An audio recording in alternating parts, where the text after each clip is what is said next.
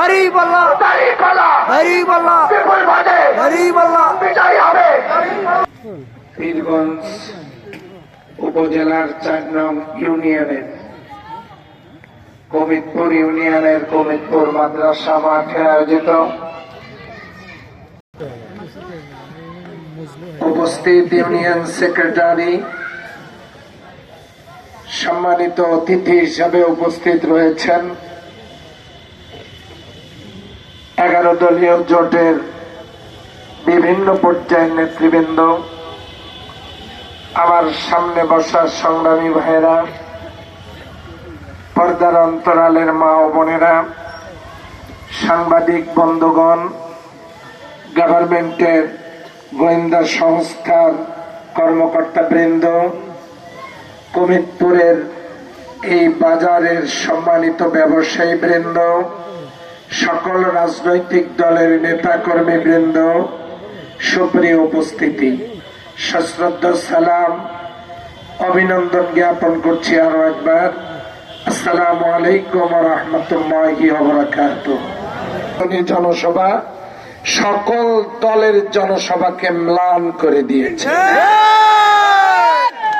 এই জন্য আল্লাহ তাআলার দরবারে লাখো কোটি শুকরিয়া আদায় করছি। সংগ্রামী সাথী ও বন্ধুরা, আগামী 12ই ফেব্রুয়ারি মহান জাতীয় সংসদের ত্রয়োদশ জাতীয় সংসদ নির্বাচন। এই নির্বাচনগুলো আসে একটি দেশকে সুন্দর করে সাজাবার জন্য।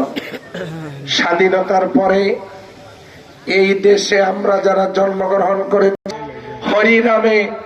হরিরামপুরে, ঠাকুরগাঁও হরিরামপুরে তেলের কূপ, গোটা দেশের বিভিন্নখানে গ্যাস, আমার পীরগঞ্জে 25 বর্গ কিলোমিটার এরিয়া জুড়ে কয়লা, আমি যে ইউনিয়নে জন্মগ্রহণ করেছি ভেলামারির পাতারে 10 কিলোমিটার এরিয়া জুড়ে লোহা, আমার পীরগঞ্জে আছে চীনামাটির খনি, আমার পীরগঞ্জে আছে ধাতব দ্রব্যের খনি, আমার উত্তরাঞ্চলে আছে পাথরের খনি, লালমনিরহাটে রয়েছে ইউরেনিয়ামের খনি, আমার এই জয়পুরহাটে রয়েছে সোনা পাথরের খনি।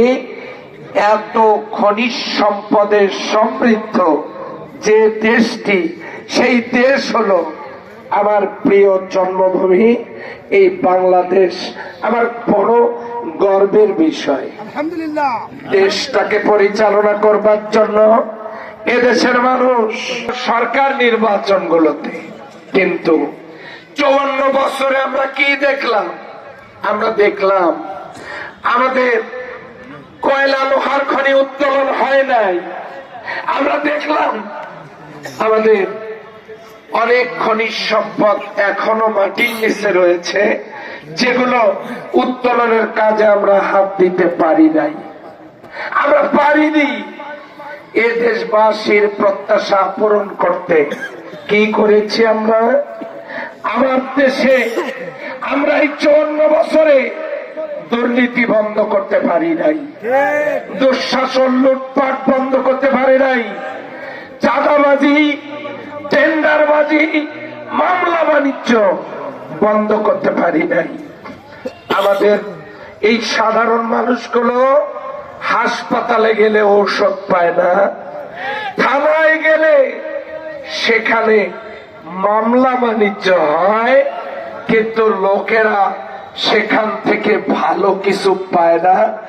আমার দেশের মানুষগুলো ভূমি অফিসে গেলে সেখানে দালালদের দৌরাত্ম, আমাদের মানুষগুলো রেহাই পায় না।